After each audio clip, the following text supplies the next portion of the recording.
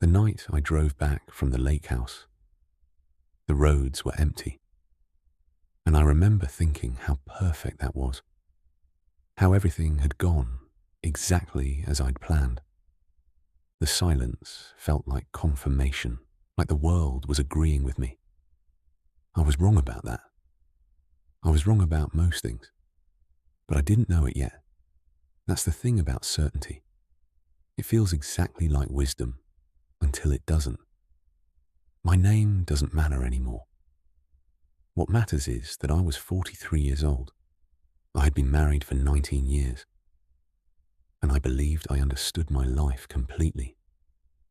I believed I understood my wife. I believed I understood the nature of betrayal and what it justified. I had spent 6 weeks watching. 6 weeks of leaving for work at the usual time, then parking 3 streets over and walking back through the alley behind our house. 6 weeks of sitting in my car outside restaurants, outside that apartment building on Meridian Street, outside the gym where she suddenly needed to spend 3 evenings a week. I documented everything. Times, dates, license plates, the silver sedan that belonged to him. I learned his schedule better than I knew my own. His name was David Reiner, 41, divorced, a financial consultant who worked from home most days, which made him available in all the hours I was supposed to be unavailable. He lived in Unit 4B. He ordered takeout on Tuesdays and Thursdays. He left his blinds open like a man who believed no one was watching. I watched him for so long that I started to hate the way he walked, the confidence in his shoulders, the ease with which he moved through a world that had apparently given him everything, including my wife. The thing I keep coming back to, the thing that wakes me at 3 in the morning now, is how certain I was, how absolutely, completely certain. I had seen them together. I had photographs on my phone that I'd stared at until the screen burned after images into my vision. Her car parked outside his building. The 2 of them walking into a restaurant I'd taken her to for our anniversary. His hand on the small of her back as they disappeared through a doorway. I never confronted her. That would have been the normal thing to do, I suppose. The healthy thing. But I had decided that normal and healthy were luxuries for people who hadn't been humiliated the way I'd been humiliated. I wanted something else. I wanted to take something from him the way he had taken something from me. So I made a plan. It was elegant in its simplicity. Or so I thought. David Reiner had a boat, a small cabin cruiser he kept at the Pineview Marina, about 40 minutes outside of town. He went out on it every other weekend, weather permitting. Always alone. I knew this because I had followed him there twice, watched him motor out into the grey water and disappear toward the horizon. A man alone on a boat. Accidents happen. I'm not going to describe what I intended to do in detail. That's not what this is about. What matters is that I spent weeks preparing. I thought through every contingency. I created alibis. I purchased certain items with cash from stores far from my home. I was methodical, patient, thorough. I was building a trap for a man I had never spoken to, and I was building it on a foundation of absolute certainty. The weekend came. A Saturday in late October, cold enough that the marina would be mostly empty. I had taken a day off work the Friday before, claiming a dental appointment, then driven out to familiarize myself with the area one final time. I knew exactly which road he would take. I knew approximately what time he would arrive. That morning, I kissed my wife goodbye. She was still in bed, half asleep, and she murmured something I couldn't quite hear. I told her I was going fishing with my brother. She nodded, already drifting back into her dreams. I wonder now what she was dreaming about. I wonder if she ever knew how close she came to something terrible. How close we all came. The drive to the marina felt dreamlike. I remember the fog sitting low over the fields, the way the road seemed to narrow as I got further from town. I remember thinking that I had crossed some invisible threshold, that I was no longer the person I had been. I felt righteous. That's the word. Righteous. I parked where I had planned to park, on a service road that curved behind a maintenance shed. From there, I could see the marina entrance without being seen. I waited. David Reiner's silver sedan appeared at 8:47 a.m., exactly when I expected. He pulled into the marina lot, gathered his things, walked down toward the docks. I watched him unlock the gate, watched him board his boat, watched him begin his preparations, and then I watched something I hadn't expected. Another car pulled into the lot. A blue compact, older model. A dent in the rear bumper. A woman got out. She was younger than me, maybe early 30s, with dark hair pulled back in a ponytail. She was carrying a small cooler and what looked like a bag of groceries. She walked to the dock.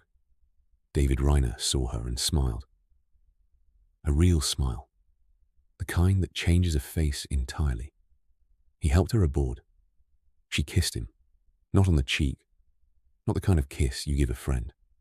I sat in my car and felt the first crack appear in my certainty. This woman was not my wife. This woman was a stranger. And she was clearly, unmistakably, with him. Not in an affair sort of way. In a relationship sort of way. In a comfortable, routine, Saturday morning on the boat sort of way. I told myself there must be an explanation. Maybe he had multiple women. Maybe my wife was just one of several. People could be monstrous in complicated ways. But something had shifted. The righteousness was leaking out of me, replaced by something cold and uncertain. I didn't do what I had planned to do that day. I told myself I was being cautious, waiting for better information. But really, I think some part of me already knew. I drove home in a kind of daze. My wife was in the kitchen when I walked in, and she looked surprised to see me. "I thought you were fishing with your brother," she said. "Changed my mind," I told her. "Didn't feel like it." She nodded, turned back to the coffee maker. And in that moment, I studied her the way I hadn't in months. I had been so busy watching her from a distance, building my case, cataloguing her sins. I hadn't really looked at her up close. She looked tired. Sad, maybe. But not guilty. Not like a woman carrying a secret.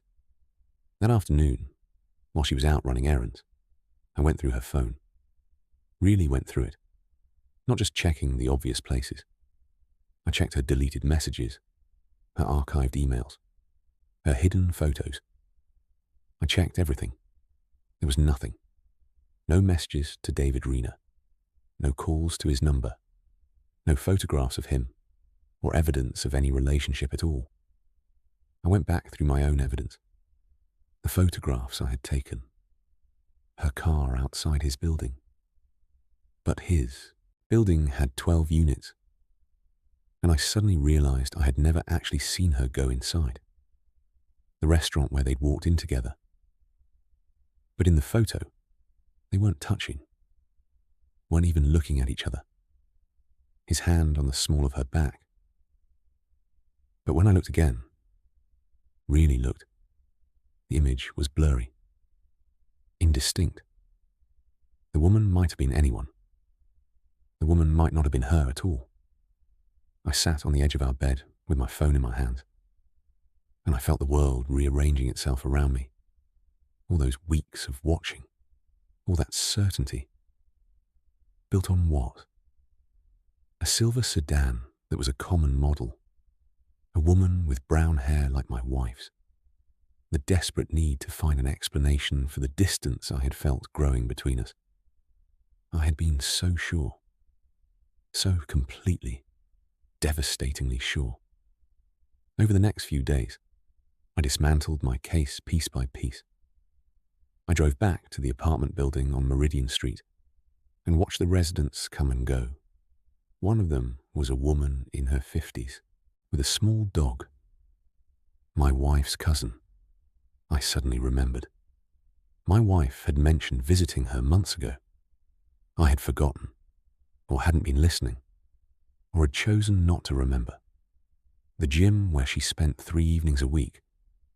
I called and confirmed that she was, in fact, taking a ceramics class there. Ceramics. A hobby she'd mentioned wanting to try for years. Something I had always dismissed as impractical. The restaurant I'd seen them enter together. I found the photograph on a local business blog. It had been some kind of charity event. The man with his hand on the woman's back was the restaurant owner, and the woman wasn't my wife. She just had similar hair. I had constructed an elaborate architecture of betrayal out of coincidence, assumption, and my own failing attention to the woman I had married, and I had almost destroyed a man because of it. The weight of that realization settled over me slowly, like snow accumulating on a roof. At first, it was almost bearable. Then it became crushing.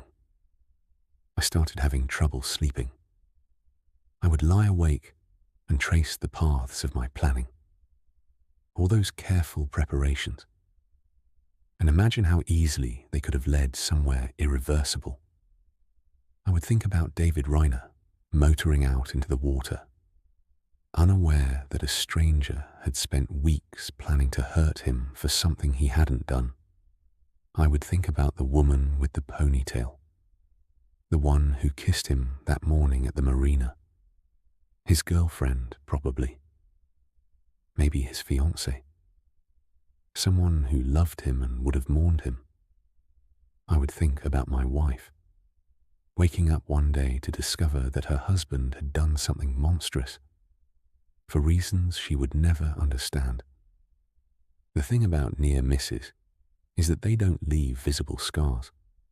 No one knew what I had almost done. David Reiner continued his life, probably still going out on that boat every other weekend. My wife continued hers, still taking ceramics classes, still visiting her cousin, still being the person she had always been while I had stopped paying attention. But I knew. I carried it with me every day, this knowledge of who I had almost become. I tried to confess once. We were having dinner, just the two of us, and I started to say something. I'm not even sure what I planned to tell her, but she looked at me across the table, really looked at me for the first time in what felt like months, and she asked if I was okay. You've seemed so distant lately, she said. I've been worried about you. She had been worried about me. While I had been surveilling her, convinced of her treachery, she had been worried. I didn't confess. I couldn't. What would I even say? I thought you were having an affair, so I planned to hurt the man I believed you were sleeping with. But it turns out I was wrong about everything. There are some truths that help no one. Instead, I started paying attention again. I asked about her ceramics class and actually listened to the answer. I met her cousin for lunch. I noticed when she was tired, when she was sad, when she needed something from me that I hadn't been providing. I tried to become the husband I should have been all along, the one who talked instead of surveilled, who asked instead of assumed. But I couldn't outrun what I had almost done. It lived in me, like a second heartbeat, constant and quiet. Some nights, I would wake up in a cold sweat, certain that I had actually gone through with it, that I was remembering rather than imagining. The relief when I realized it was just a dream would last only moments before the shame flooded back. I thought a lot about certainty during those months. How seductive it is. How it feels like strength, when really it's just the absence of doubt. I'd been so certain about my wife, about David Reiner, about my right to act. That certainty had felt like armor. It was actually blindness. A year passed, then another. Life continued in the way life does, carrying us forward, whether we feel we deserve it or not. My wife and I grew closer in some ways, though there was always a part of me that remained locked away, inaccessible even to her. I never told her. I never told anyone. This is the first time I've put any of it into words. And even now, I'm not sure why I'm doing it. Maybe because I'm getting older, and the weight of carrying it alone has become harder to bear. Maybe because I think someone should know that this is possible. That ordinary people, reasonable people, people who consider themselves decent, can come within inches of doing irreparable harm, based on nothing more than a story they've told themselves. I think about David Reiner sometimes. I looked him up recently, found his picture on a professional website. He's married now, to the woman with the ponytail. They have a child. He coaches Little League. He has no idea I exist. No idea that a stranger once sat in a parked car and watched him, cataloguing his routines, planning something unforgivable. He goes about his life with the reasonable assumption that the world is more or less orderly, that people don't decide to destroy each other based on misread evidence and wounded pride. I want to believe that I would have stopped, that even if the woman hadn't appeared that morning, something would have given me pause, some residual humanity, some last-minute doubt. But I'm not certain of that. I'm not certain of anything anymore, which is maybe the only wisdom I've gained from all of this. What I know for sure is this. I built a story out of fragments, and I believed it completely, and I was wrong. The consequences of my error would have fallen on a man who deserved none of it, and on my wife who deserved none of it, and on myself, though I would have deserved all of it. I got lucky. That's the truth of it. Not wise, not virtuous, just lucky. A woman with a ponytail arrived at a marina at the right moment, and that small accident of timing saved me from myself. I don't know what to do with that. I don't know how to live with the knowledge that I am the kind of person who could have done something terrible, that the only thing separating me from that other version of myself is chance. Maybe the answer is to live more carefully, to hold my certainties loosely, to remember that every story I tell myself about other people is incomplete, filtered through my own limitations and fears. Maybe the answer is just to pay attention, to really look at the people in front of me, instead of constructing narratives about them from a distance. My wife is in the other room right now. I can hear her moving around, doing ordinary things, opening a drawer, running water, humming something under her breath. She doesn't know about the version of our lives that almost existed. She doesn't know how close we came. I'm going to close this document and walk into the kitchen and ask her about her day. I'm going to listen to her answer. I'm going to look at her, really look at her, and try to see her as she actually is, rather than as a character in some story I've invented. That's all any of us can do, I think. Pay attention. Stay uncertain. Remember that we are capable of terrible mistakes, and that the only protection against them is humility. The night I drove back from the lake house, the roads were empty, and I believed that silence was confirmation. I know better now. Silence is just silence. Certainty is just fear wearing a mask. And the distance between who we are and who we could become is smaller than any of us want to admit.